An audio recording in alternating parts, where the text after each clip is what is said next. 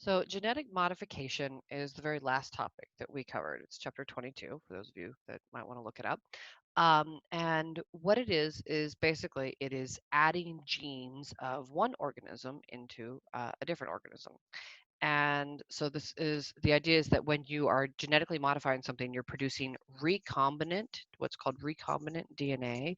And recombinant DNA is called DNA because it has, or it's called that term, um, because it has two DNA from two different organisms that's been combined.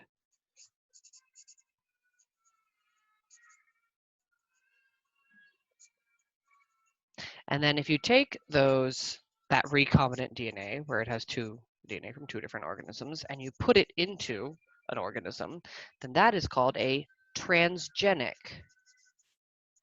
organism. So a transgenic organism contains contains DNA from a different organism, or from a different species, really.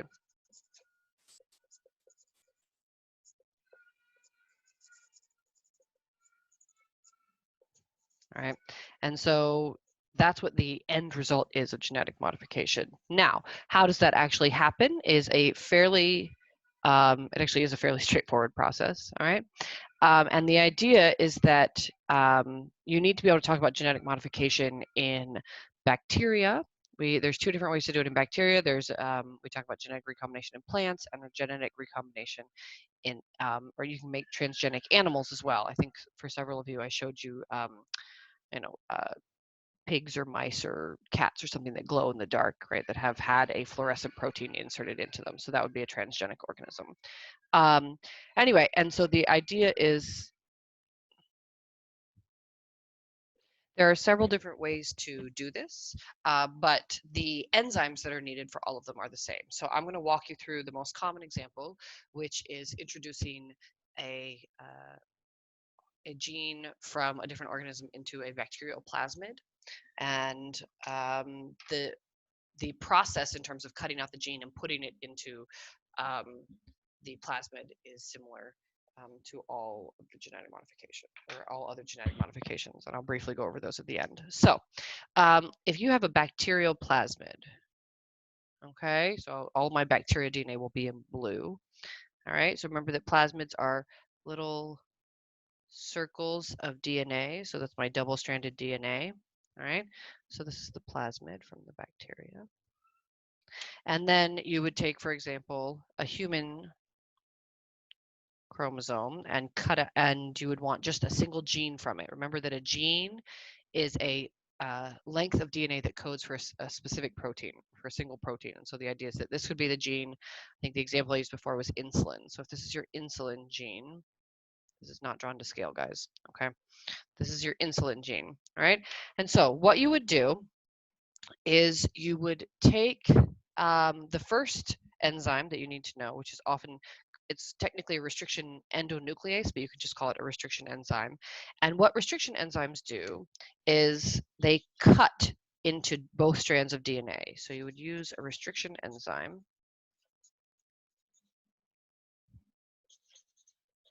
And you would want to use the same restriction enzyme for both of these.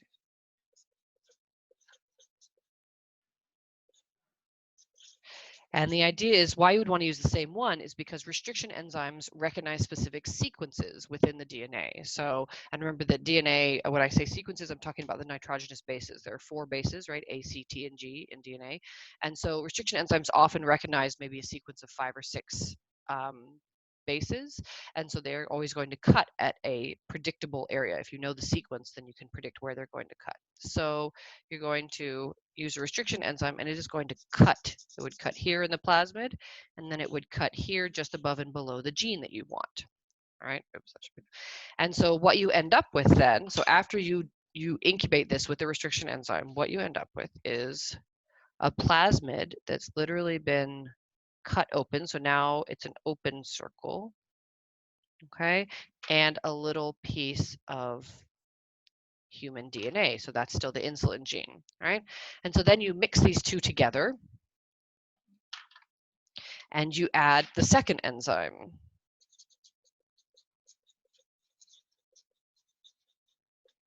And that enzyme is called DNA ligase. All right, and DNA ligase is it is an enzyme that actually is capable of gluing together or joining together cut pieces of DNA. So when you add the DNA ligase, what happens is this gets inserted into this open thing because the sequences are the same on either side, right? Because you use the same restriction enzyme. And so then then DNA ligase basically joins them together. So that joins together the pieces of DNA.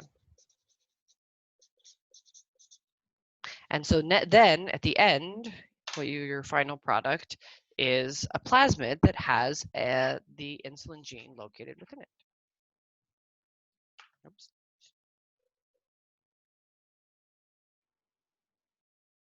I think my insulin gene keeps getting longer every time I draw this, but you get the idea. Okay, there. Can you see that? Yes.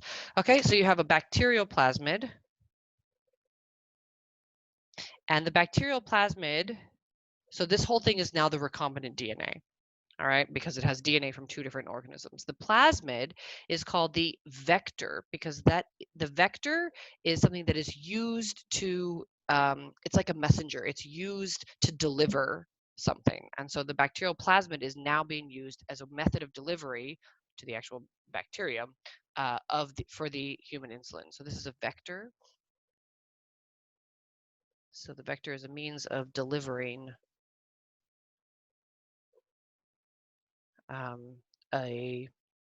really anything, but here it's a gene.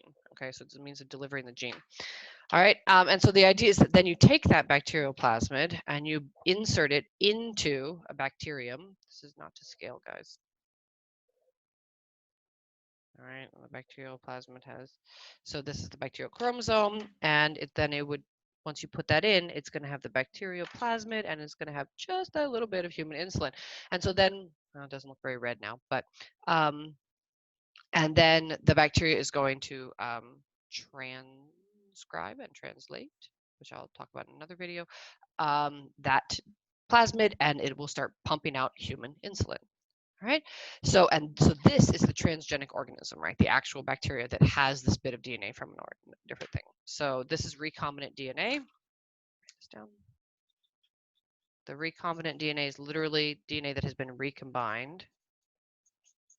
And this is the transgenic organism. Now, so this is the most common one that they like to ask about. But plasmids can also be used as a means of delivering other genes to plants. Okay, so there's a bacterium called agrobacterium. Sorry, this is obviously another bacteria, and the plasmids from it can be used to insert genes into plants.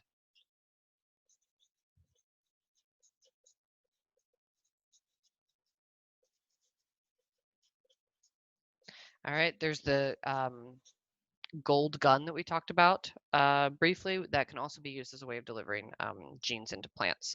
If you want to do this with animals, you do the same thing in terms of cutting out a DNA, but you can't use obviously a bacterial plasmid. That doesn't do any good. So the idea is that what you do is you cut out the DNA, the sequence of the gene that you want, and then you put it into the egg cell. So the fertilized egg cell, the zygote of the organism, and then you take that and you put it into the uterus if we're talking about a mammal and something that needs to be grown in a uterus. But the idea is that the gene for animals, the gene is inserted into the zygote, the fertilized egg, because that way, as the zygote divides, hypothetically, hopefully, every single cell in that organism that's developing will then have the gene of interest, all right? But the cutting out, the removal of the gene happens in the same way as this. You would still use a restriction enzyme to cut out the gene that you want. So that's genetic modification in a nutshell.